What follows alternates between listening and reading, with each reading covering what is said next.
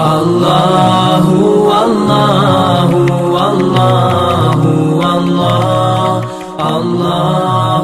അല്ലാഹു അല്ലാഹു എത്രയോ മാതാപിതാക്കൾ കരഞ്ഞു കലങ്ങിയ കണ്ണുകളുമായി കോടതി മുറിയിൽ നിന്ന് ഇറങ്ങിപ്പോരുന്ന കണ്ണുനീരലിയിക്കുന്ന രംഗങ്ങൾക്ക് കേരളം എത്രയാണ്. ക്യാമ്പസുകളിലെ മക്കളെ, നിങ്ങളെ പോലെയുള്ള പല മക്കളുടെയും പ്രവർത്തനങ്ങൾ കൊണ്ട് കേരളം എത്ര കണ്ണുനീരാ കണ്ടത്.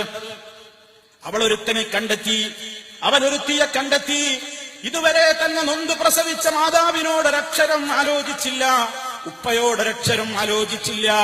അവൾക്ക് ഇഷ്ടപ്പെട്ടവന്റെ പിന്നാലെ ഇറങ്ങിപ്പോയതാണ്, ഇഷ്ടപ്പെട്ടവളുടെ പിന്നാലെ ഇറങ്ങിപ്പോയതാണ്. കോടതിയിൽ വെച്ച് പെറ്റ മാതാവും പിതാവും നിൽക്കുന്നുണ്ട്. അപ്പുറത്തതായി ഇന്നലെ കണ്ടെത്തിയവൾ നിൽക്കുന്നുണ്ട്, ഇന്നലെ കണ്ടെത്തിയവൻ നിൽക്കുന്നുണ്ട്. അവനേത് മതക്കാരനാവട്ടെ എന്ന പ്രശ്നമില്ല. അവിടെ ജഡ്ജി ചോദിക്കുകയാണ്, നീ ആരുടെ കൂടെയാ പോകുന്നത്? 10 മാസം അതേ നിന്നെ നൊന്ത് പ്രസവിച്ച് ആ പ്രസവത്തിന്റെ ശേഷം നിനക്ക് പാലൂട്ടി തേനൂട്ടി വളർത്തി, കൈ വളരുന്നു കാല് വളരുന്നു എന്ന് നോക്കിയിട്ട് എന്റെ പ്രിയപ്പെട്ട പൊന്നുമോൻ, എന്റെ പ്രിയപ്പെട്ട പൊന്നുമോൾ എന്ന് പറഞ്ഞ് ആ പൊന്നുമോൾക്കൊരു പനി പിടിച്ചാൽ വരെ ശരിക്കൊന്നുറങ്ങാൻ കഴിയാതെ ഉമ്മയുടെ മടിത്തട്ടിൽ പോലും നിങ്ങൾ വിസർജിച്ച വിസർജ്യങ്ങൾ ഭക്ഷണം കഴിക്കുന്നതിനിടയിലാണെങ്കിൽ പോലും മറുകൈ കൊണ്ട് വാരിക്കോരി വൃത്തിയാക്കിയ ആ പൊന്നുമ്മയുടെ കൂടെ പോകുന്നോ, ആ ഉപ്പയുടെ കൂടെ പോകുന്നോ എന്ന് കോടതിയിൽ വെച്ച് ജഡ്ജി ചോദിച്ചപ്പോ ഞാൻ ഇന്നലെ കണ്ട രാമന്റെ കൂടെ ഇറങ്ങുന്നു, ഇന്നലെ കണ്ട ജോസഫിന്റെ കൂടെ ഇറങ്ങുന്നു, ഇന്നലെ കണ്ട അബൂബക്കറിന്റെ കൂടെ ഇറങ്ങുന്നു എന്ന് പറഞ്ഞ് ആ പൊട്ടിക്കരയുന്ന ഹൃദയത്തിന്റെ ആ ഉമ്മയുടെ മനസ്സ് വേദനിപ്പിച്ച എത്രയോ ക്യാമ്പസിലെ പ്രണയമെന്ന അപകടത്തിന്റെ ചതിക്കുഴിയിൽപ്പെട്ട എന്റെ പൊന്നുമക്കൾ. ആലോചിക്കണം, നിങ്ങൾ ആരെയാ വേദനിപ്പിക്കുന്നത്? ആ ശാപത്തിന്റെ കണ്ണുനീര് ഏത് കാലത്താണ് തോരുക? ഞാൻ ആരെയും കുറ്റപ്പെടുത്തുന്നില്ല, പക്ഷേ സാന്ദർഭികമായി നിങ്ങൾ ഓർക്കണം, ഇന്ന് ജീവിച്ചിരിക്കുന്ന പല ഇരകളും അതിനുണ്ട്.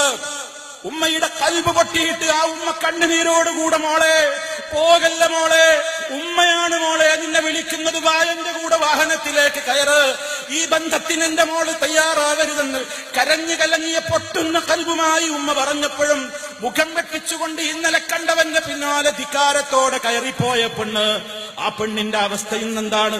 ഭ്രാന്തിയായി നടക്കുന്നവരില്ലേ, മനോരോഗികളില്ലേ, വൃക്കകൾക്ക് തകരാറ് വന്നുകൊണ്ട് പൊട്ടിക്കരയുന്നവരില്ലേ, ഉമ്മയുടെ നെഞ്ചത്തേക്ക് നൊന്തുപറ്റ ഗർഭപാത്രമടങ്ങുന്ന വയറ്റത്തേക്ക് അതേ മുഷ്ടി ചുരുട്ടിയിട്ട് കൈകൊണ്ട് ഇടിച്ചവർ, കാലുകൊണ്ട് ഇടിച്ചവർ, തളർന്നു കിടന്നുകൊണ്ട് എന്തോ ചില ശബ്ദങ്ങൾ പുറപ്പെടുവിച്ചുകൊണ്ട് അടച്ചിട്ട ഇരുട്ടറകളിൽ നിന്നും ജീവിതം കഴിച്ചു കൂട്ടുന്ന മക്കളില്ലേ? അല്ലാഹുവിന്റെ വചനം ഓർക്കണം നിങ്ങൾ പ്രിയപ്പെട്ടവരെ. ഉമ്മയുടെ കണ്ണുനീര് ഭൂമിയിൽ വീണാൽ, ഉപ്പയുടെ കണ്ണുനീര് ഭൂമിയിൽ വീണാൽ ആ തോരാത്ത കണ്ണുനീരിൽ നിന്ന്, ആ തോരാത്ത കണ്ണുനീരിന്റെ ദുരന്തം ഈ ജീവിതത്തിൽ മുതൽക്കേ അനുഭവിക്കാൻ തുടങ്ങും. ഈ ജീവിതത്തിലും രക്ഷപ്പെടില്ല, നാളെ പരലോകത്തും രക്ഷപ്പെടില്ല. അതുകൊണ്ട് ഏറ്റവും പരമപ്രധാനമാണ്, അപമാനം ദുനിയാവിലും കിട്ടും ഉമ്മയെ ധിക്കരിക്കുമ്പോൾ. ഇസ്ലാമാണ്, പക്ഷേ വീട്ടിലെത്തിയാൽ ഉമ്മയെ അനുസരിക്കാൻ തയ്യാറില്ല. എന്റെ തീരുമാനമാണ് എനിക്ക് വലുത്, ഉപ്പയുടെ തീരുമാനം എനിക്ക് ആവശ്യമില്ല, ഞാനതിന് മാത്രം വളർന്നുപോയി, ഞാനതിന് മാത്രം ഉന്നത സ്ഥാനീയനായി എന്ന് ചിന്തിക്കുമ്പോ നിങ്ങളിൽ നിന്ന് ആ രൂപത്തിൽ അള്ളാഹുവിന്റെ നിയമങ്ങളെ മുഴുവനുമായി നെഞ്ചേറ്റാതെ തനിക്കിഷ്ടമുള്ളത് സ്വീകരിച്ച് തനിക്കിഷ്ടമില്ലാത്തത് തള്ളിക്കളഞ്ഞുകൊണ്ടുള്ള ഒരു ഇരട്ടത്താപ്പ് നയമാണ് ദീനിൽ നിങ്ങൾ തുടരുന്നതെങ്കിൽ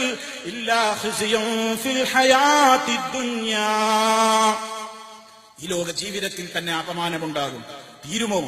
തീരുമോ അതുകൊണ്ട് ഇല്ല. വയൗമൽ ഖിയാമ, മരണാനന്തരം പരലോകത്ത് യുറദ്ദൂന ഇലാ അശദ്ദിൽ അദാബ്, അതികഠിനമായ ശിക്ഷയിലേക്ക് തള്ളപ്പെടും. അതുകൊണ്ട്